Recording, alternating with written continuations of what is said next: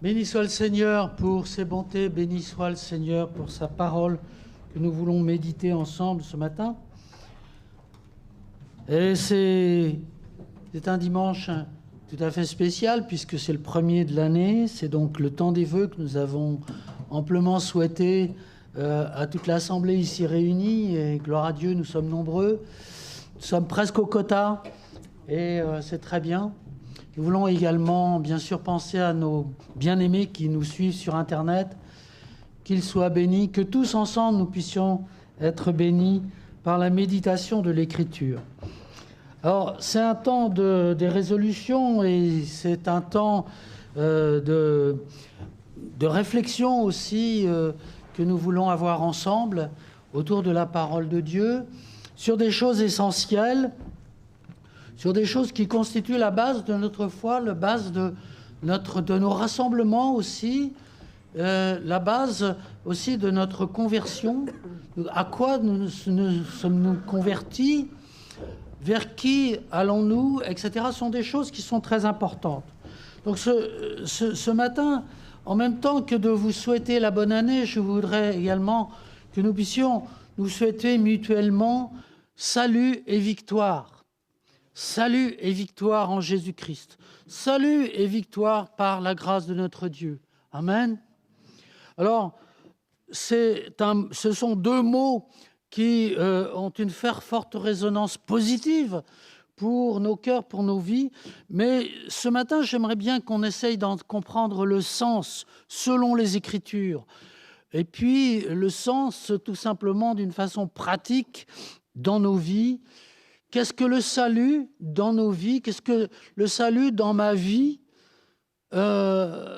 C'est à la fois quelque chose d'immédiat, mais c'est quelque chose qui est aussi temporel, et puis quelque chose que j'ai du mal à comprendre parce que c'est une dimension éternelle, une dimension qui me dépasse, que je vais avoir même du mal ce matin à expliquer.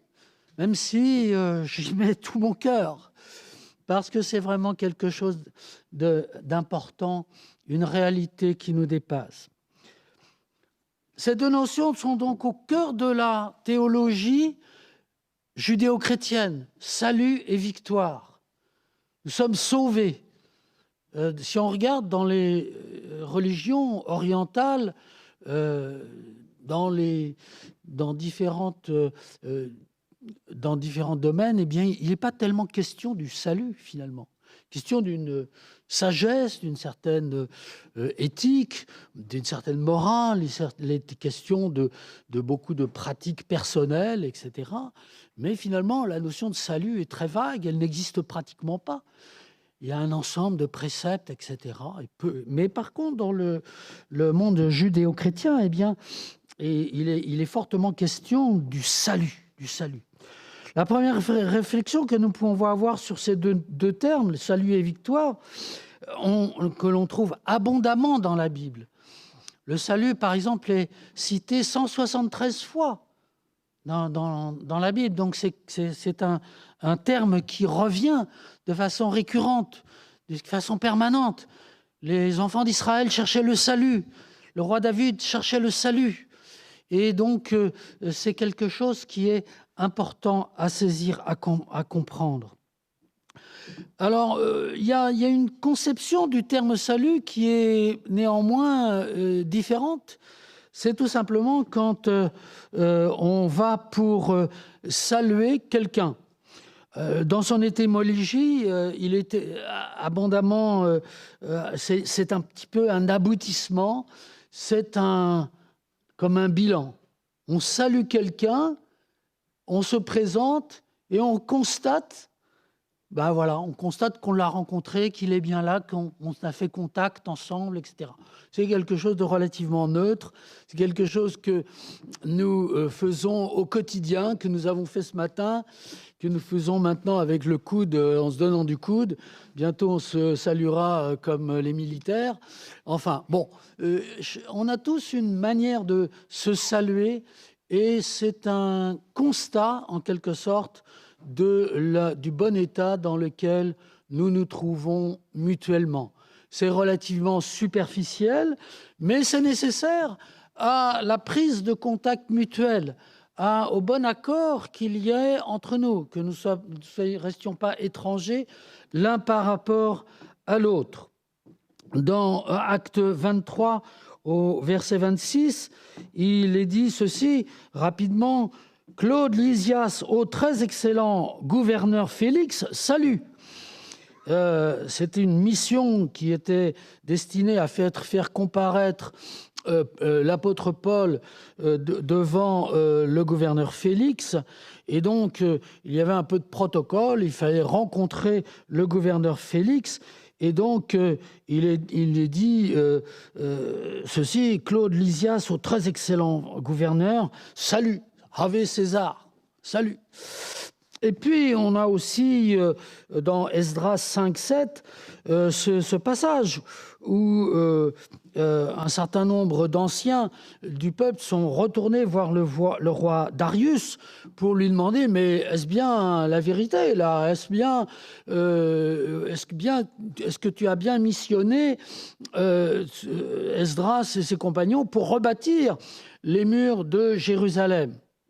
Et donc, dans Esdras 5 au verset 7, il nous est dit: ils lui adressèrent un rapport ainsi conçu au roi Darius, salut. Salut, on arrive et on a un message important. Salut. Et donc, prise de contact, prise de rendez-vous, si je puis dire, salut. Et c'est ce que nous faisons. Et finalement, c'est un geste au quotidien que nous pratiquons et qui revêt différentes expressions. C'est tout à fait nécessaire et il ne faudrait surtout pas s'en priver. J'ai en mémoire des voyages que je faisais dans un passé assez lointain. Maintenant, quand j'allais à Bahreïn, entre l'Arabie Saoudite et l'Iran, il y a une petite île qui s'appelle Bahreïn, et j'y allais en mission marketing, en mission pour le travail. Et j'étais tout à fait étonné parce que le salut parmi ces Bahreïnis, eh bien, ça pouvait prendre au moins 3-4 minutes, 5 minutes. Et j'étais tout à fait étonné parce que il multipliait les cérémonies, il multipliait les gestes protocolaires, etc. Et c'était salam alaikum, etc., etc. Ils passaient toute la famille en revue, n'est-ce pas? Ils étaient là en train de se faire des courbettes mutuellement. Et alors, bon, moi, je pouvais m'en étonner, mais je voyais aussi qu'ils y prenaient un grand plaisir. Ils y prenaient un grand plaisir, c'est-à-dire que le salut avait une chaleur, une intensité que nous n'avons pas dans notre société occidentale, tout au moins dans notre société française. Et eh bien, plaise à Dieu qu'il y ait dans notre salut cette chaleur, cette affection. C'est une parenthèse, mais elle a son importance. Alors, on voit donc que première expression du salut, eh bien, un contact mutuel, une interface, si je puis dire, par laquelle nous rentrons en contact l'un avec l'autre, les uns avec les autres. Le salut, si nous regardons la conception biblique, eh bien, c'est également, bien sûr, dans des circonstances difficiles, dans des circonstances où il y a péril, où il y a difficulté majeure. Le salut est une nécessité quand les nuages s'amoncellent, les nuages de la difficulté, de l'épreuve, des tempêtes, des choses qui nous dépassent. Le salut, nous réclamons de l'Éternel le salut. Qui pourra nous délivrer d'une tempête effrayante qui aurait pu délivrer ces malheureux qui ont été pris lors, je pense au tsunami qui s'est produit au Japon en 2011, où des vies ont été englouties. Le salut est une nécessité, le salut est une urgence. Le salut, eh bien, c'est parce que personnellement, je suis incapable de me sauver moi-même. Dans Acte 27, au verset 34, il nous est dit ceci: « Je vous invite donc à prendre de la nourriture, car cela est nécessaire pour votre salut. et il ne se perdra pas un cheveu de la tête de chacun de vous. Première expression de ce salut dans l'urgence, eh bien, c'est qu'il est très, très concret. Il ne s'agit pas de théologie, il ne s'agit pas de métaphysique ou de philosophie ou de littérature ou de ceci ou de cela. C'est prenez de la nourriture parce que c'est nécessaire à votre salut. Autrement, vous allez périr. Autrement, vous allez être submergé par l'épreuve. Autrement, votre vie vous serez retranché.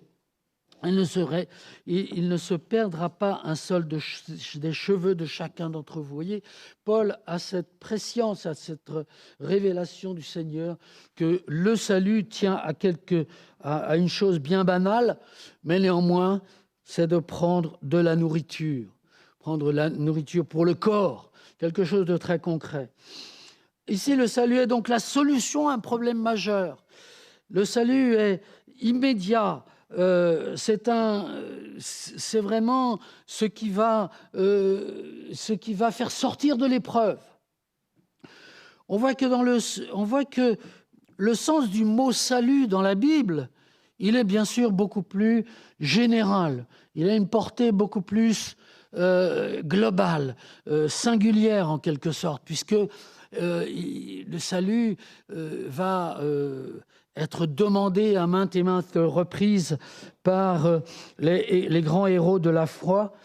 Et nous voyons nous-mêmes qui sommes dans cette vie du XXIe siècle, eh bien que nous avons des besoins nombreux et variés. Nous avons, notamment dans les circonstances actuelles, besoin du salut de Dieu pour sortir de cette pandémie, n'est-ce pas ?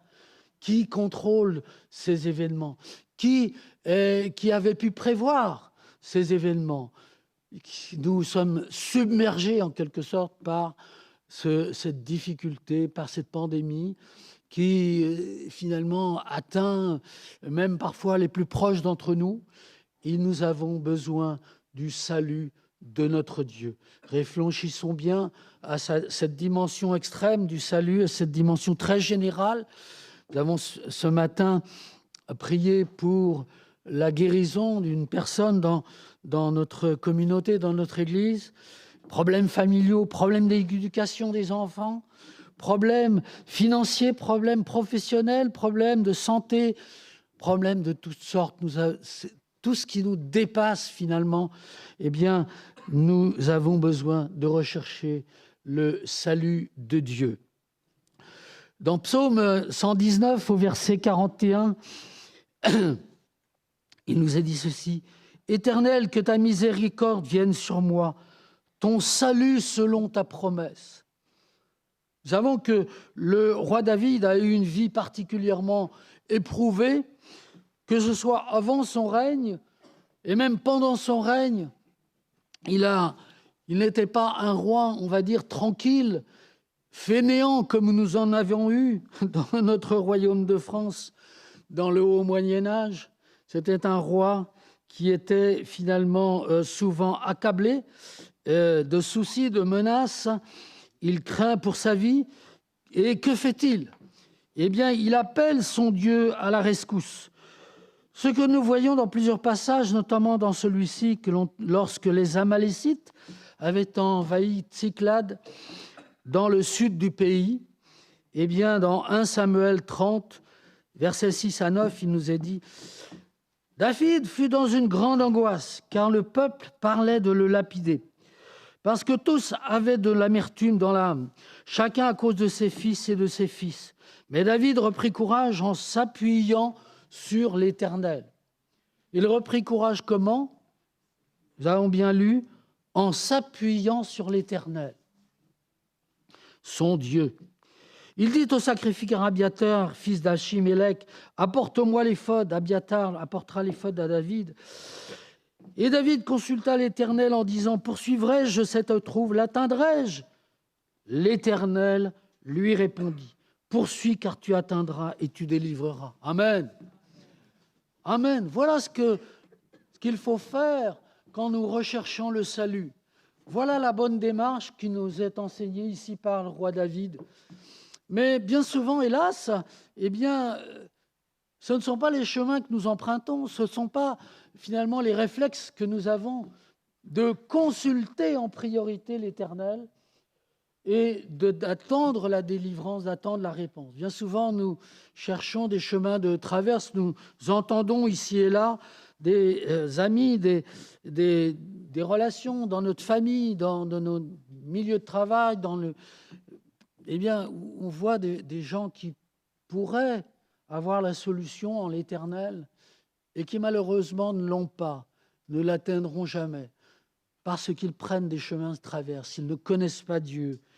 Il nous a dit ceci: le salut est loin des méchants, car ils ne recherchent pas tes statuts. Et oui, voilà le malheur de ce monde, c'est qu'il pourrait être heureux, il pourrait être béni. Et méditons bien ces choses par rapport à nous-mêmes.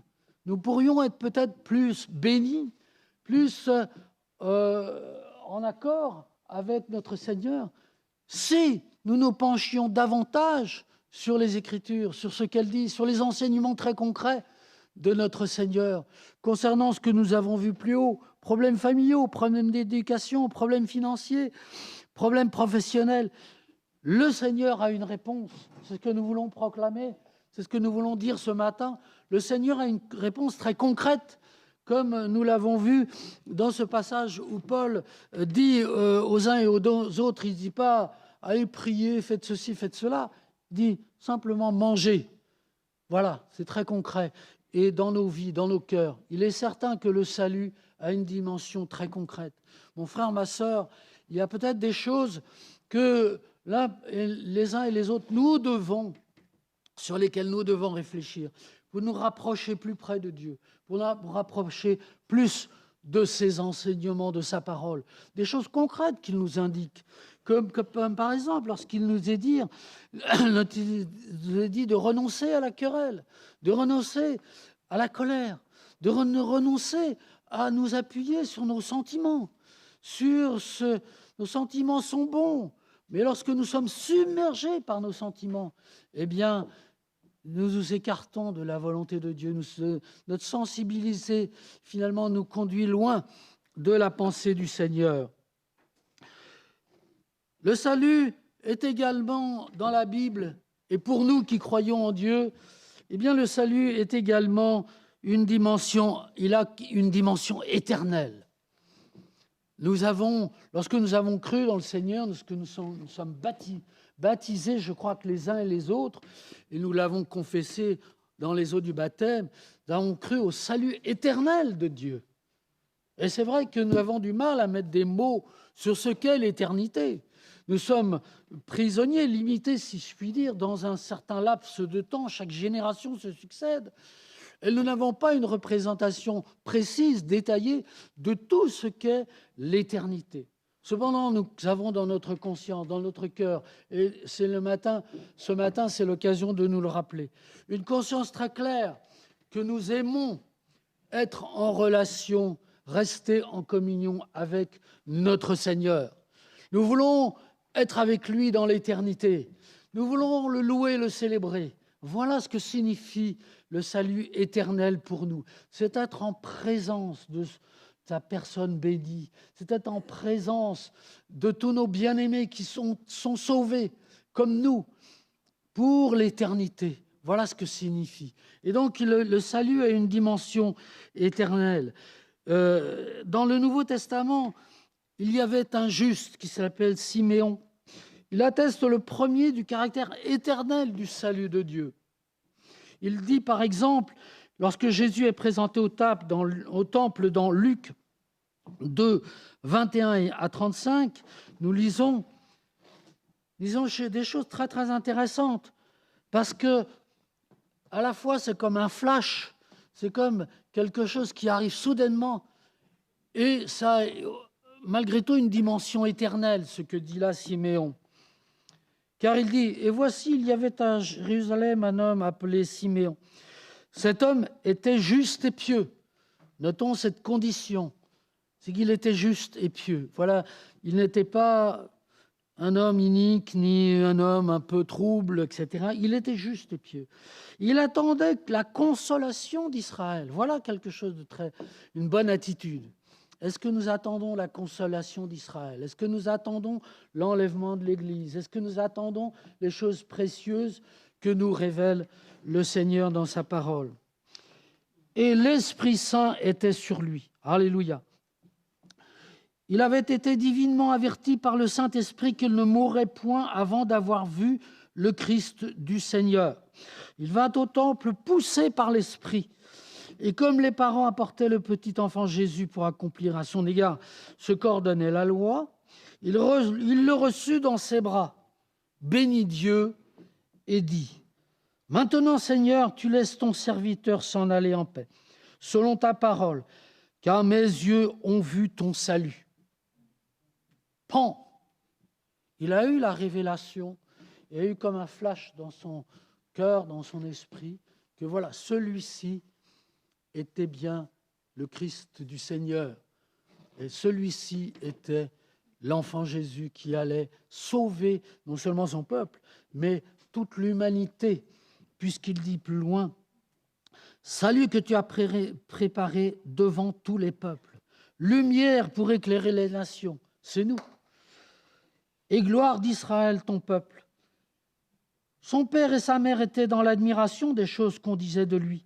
Simon les bénit et dit à Marie, sa mère : « Voici, cet enfant est destiné à amener la chute et le relèvement de plusieurs en Israël et à devenir un signe qui provoquera la contradiction. » Et alors il lui dit aussi des choses beaucoup plus difficiles à entendre, mais néanmoins qu'elle portera dans son cœur. « Et toi, et toi-même, une épée te transpercera l'âme, afin que les pensées de beaucoup de cœurs soient dévoilées. » Voilà. Révélation à la fois glorieuse et difficile, puisqu'il conclut ses propos en disant « Et toi-même, une épée te transpercera l'âme. » Et oui, nous connaissons la suite, nous. Mais pour les enfants, pour les parents qui accompagnaient ce petit enfant, quelle difficulté, quelle épreuve que cette parole difficile, et justement quel besoin du salut dont il a été question.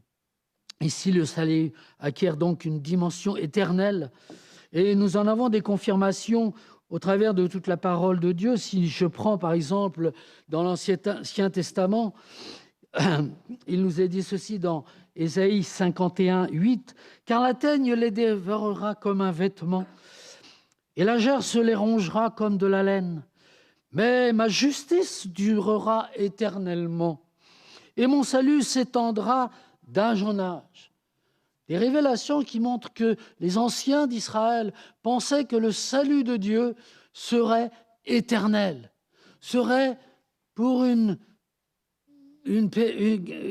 au-delà de ce qu'ils pouvaient même imaginer. Ésaïe 45, 17 nous dit ceci : « C'est par l'Éternel qu'Israël obtient le salut. Un salut éternel. Vous ne serez ni honteux, ni confus, jusque dans l'éternité. » Alléluia. Un salut éternel. Réfléchissons bien sur cette dimension. Un salut éternel, ultime et définitif, tel qu'il nous est rapporté dans Jean 4, 22. Vous adorez ce que vous ne connaissez pas. Nous adorons ce que nous connaissons, car le salut vient des Juifs. Amen. Quatrième dimension que nous pouvons voir dans l'Écriture, c'est que le salut est une personne. Le salut est incarné en Jésus-Christ.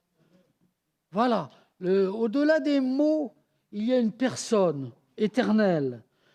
Luc 19, 9 nous dit, Jésus lui dit, « Le salut est entré aujourd'hui dans cette maison, parce que celui-ci est aussi un fils d'Abraham. » Le salut est entré. Jésus rentre dans une maison et il dit de lui-même, voilà, le salut rentre. Parce qu'il incarne le salut. Parce qu'il est le salut lui-même. Au-delà des mots, au-delà de toutes les révélations qu'on a pu avoir, eh bien, le salut, c'est Jésus-Christ. Zachée reçoit Jésus, mais il s'empresse de se justifier avec ces mots: « Seigneur, je donne aux pauvres la moitié de mes biens, et si j'ai causé quelque tort à quelqu'un, je lui rends le quadruple. » Très bien. Mais ce qui compte, c'est bien le salut incarné en Jésus-Christ. C'est bien la personne elle-même de Jésus qui sauve, qui délivre, au-delà des œuvres, au-delà de ce que nous pouvons faire avec nos pauvres moyens, et au-delà de ce que Zachée peut dire sur ce qu'il fait de bien ou de mal. Et voilà, le salut est entré dans une maison. Est-ce que le salut est entré dans ta maison, mon ami? Est-ce que le salut est bien entré dans ma maison? Est-ce que nous sommes avec le Seigneur et que nos maisons sont bien la demeure du Seigneur? Posons-nous la question ce matin. Jésus est l'incarnation du salut. Le salut en Jésus-Christ est grand. Des dimensions que nous ne pouvons pas complètement comprendre avec notre intelligence, avec nos moyens limités. Il nous est dit dans Hébreux 2, 3, « Comment échapperons-nous en négligeant un si grand salut qui, annoncé d'abord par le Seigneur, nous a été confirmé par ceux qui l'ont entendu. » Et oui, les uns et les autres, si nous sommes négligents, si nous mettons nous mettons de côté la parole de Dieu, si nous mettons de côté cette grande révélation que nous avons reçue dans notre cœur, si finalement, lorsque nous prenons des grandes décisions majeures, si nous négligeons de consulter l'Éternel, si nous négligeons finalement de prendre les bons conseils, et si nous ne faisons pas comme David, comme nous l'avons lu tout à l'heure, eh bien, comment échapperons-nous? Car je n'ai point honte de l'Évangile dans 1 Romains 1,16. C'est une puissance. L'Évangile, le salut est aussi une puissance pour le salut de quiconque croit, du juif premièrement, puis du grec.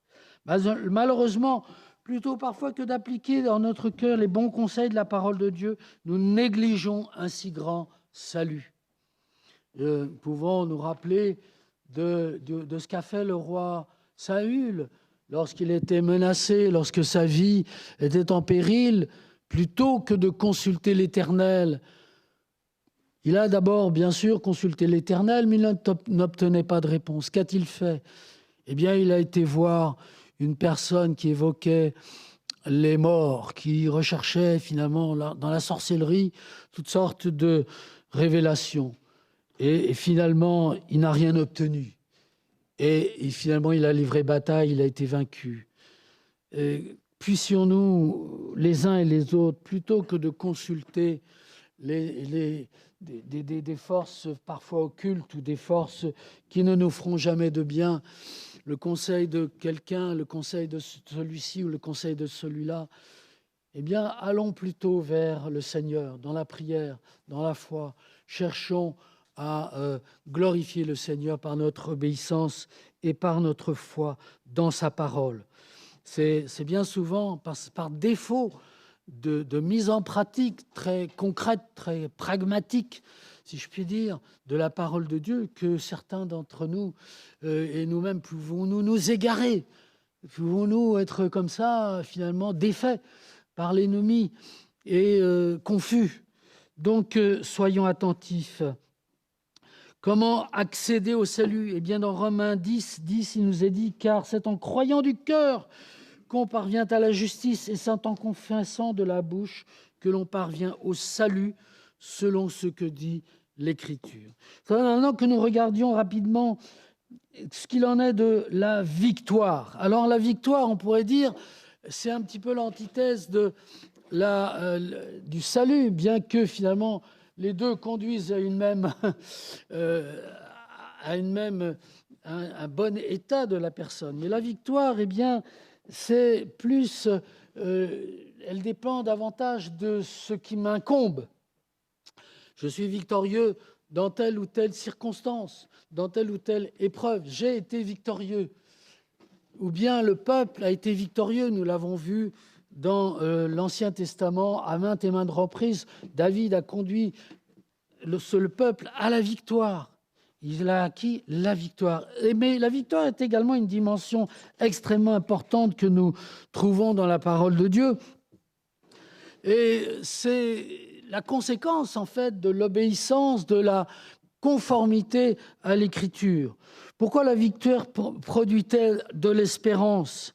Comme nous dit, par exemple, dans Romains 5, 1 à 5, la persévérance, la victoire dans l'épreuve, et cette victoire produit l'espérance. Donc ça, c'est une réalité de la victoire qui est intéressant de saisir ce matin. Pourquoi la victoire produit-elle de l'espérance? Nous pouvons réfléchir ensemble sur cette question. Et c'est intéressant, eh bien, parce qu'elle contient chaque fois une leçon pour l'épreuve suivante.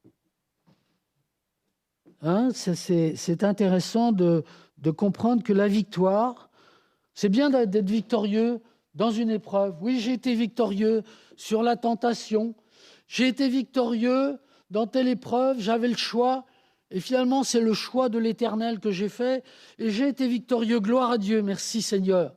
Voilà la victoire. Mais ce qu'on constate, c'est que la victoire, elle est finalement temporaire. Dans ce monde, quand les grandes nations ont eu des victoires, elles ont dressé des colonnes, elles sont dressées finalement en croyant que la victoire était définitive, était, n'est-ce pas, pour le temps et l'éternité. La victoire, en fait, elle est très temporaire et elle nous ramène à la modestie. Elle nous ramène à, finalement, une attitude de confiance. Et ce qui est intéressant de considérer, c'est que la victoire contient chaque fois une leçon pour l'épreuve suivante. Et donc, chacun d'entre nous, eh bien, nous sommes appelés à être victorieux dans l'épreuve, certes, mais de rester modeste, de savoir rester modeste, de savoir rester, de rendre grâce à Dieu, d'avoir cette attitude de cœur. Quand je suis victorieux, quand je ressens la victoire, quand nous ressentirons la victoire dans nos épreuves en tant qu'Église, restons dans la modestie, restons comme David, attribuons toutes ces choses au Seigneur plutôt qu'à nous-mêmes. Amen. Pourquoi? Parce que nous passons, parce que la victoire, si nous voulons la confisquer pour nous-mêmes, eh bien, la fois suivante, eh bien, ce sera la défaite immanquablement. Et donc, restons dans cette attitude de modestie, sachant rendre grâce à Dieu pour ce que la victoire nous a apporté et combien elle contient d'espérance pour la fois suivante, pour l'épreuve suivante. Dans Deutéronome 28, 1 à 14, il nous est dit, il est cité un grand nombre de bénédictions qui sont attribuées au peuple de Dieu lorsqu'il est fidèle. Il nous est dit la chose suivante: si tu obéis à la voix de l'Éternel ton Dieu, en observant et en mettant en pratique tous ces commandements que je te prescris aujourd'hui, l'Éternel ton Dieu te donnera la supériorité sur toutes les nations de la terre. Voici toutes les bénédictions qui se répandront sur toi et seront ton partage lorsque tu obéiras à la voix de l'Éternel ton Dieu. Tu seras béni dans la ville et tu seras béni dans les champs. Le fruit de tes entrailles, le fruit de ton sol, le fruit de tes troupeaux, les portées de ton gros et de ton menu bétail, toutes ces choses seront bénies. Amen. Ta corbeille et ta huche seront bénies. Tu seras béni à ton arrivée, tu seras béni à ton départ. L'Éternel te donnera la victoire sur tes ennemis qui s'élèveront contre toi. Ils sortiront contre toi par un seul chemin et ils s'enfuiront devant toi par 7 chemins. L'Éternel ordonnera la bénédiction d'être avec toi dans tes greniers et dans toutes tes entreprises. Il te bénira dans le pays que l'Éternel ton Dieu te donne. Tu seras pour l'Éternel un peuple saint, comme il te l'a juré, lorsque tu observeras les commandements de l'Éternel ton Dieu, et tu marcheras dans ses voies. Tous les peuples verront que tu es appelé du nom de l'Éternel et ils te craindront. L'Éternel te comblera de bien en multipliant le fruit de tes entrailles, le fruit de tes troupeaux et le fruit de ton sol, dans le pays que l'Éternel a juré à tes pères de te donner. L'Éternel t'ouvrira son bon trésor, le ciel, pour envoyer à ton pays la pluie en son temps et pour bénir tout le travail de tes mains. Tu prêteras à beaucoup de nations et tu n'emprunteras point. L'Éternel fera de toi la tête et non la queue. Tu seras toujours en haut et tu ne seras jamais en bas. Lorsque tu obéiras aux commandements de l'Éternel, ton Dieu, que je te prescris, lorsqu'aujourd'hui tu les observeras et les mettras en pratique. Alléluia. Et que tu ne détourneras ni à droite ni à gauche de tous les commandements que je vous donne aujourd'hui pour aller après d'autres dieux pour les servir. Ce qui est extraordinaire, voyez-vous, dans la parole de Dieu, ce qui est extraordinaire aussi comme enseignement ce matin pour nous, c'est que nous pouvons comprendre que autant l'amour de Dieu est inconditionnel pour nous, pour chacun d'entre nous. Il nous aime tous, ceux du dehors, ceux du monde entier, il aime même ses ennemis. Et nous, il nous appelle à ces choses, il nous appelle à aimer nos ennemis, chose difficile humainement. Avec le Saint-Esprit, nous pouvons le faire. Donc, autant l'amour de Dieu est inconditionnel, autant la victoire sur les ennemis que nous affrontons est conditionnelle. L'amour est inconditionnel, la victoire est conditionnelle.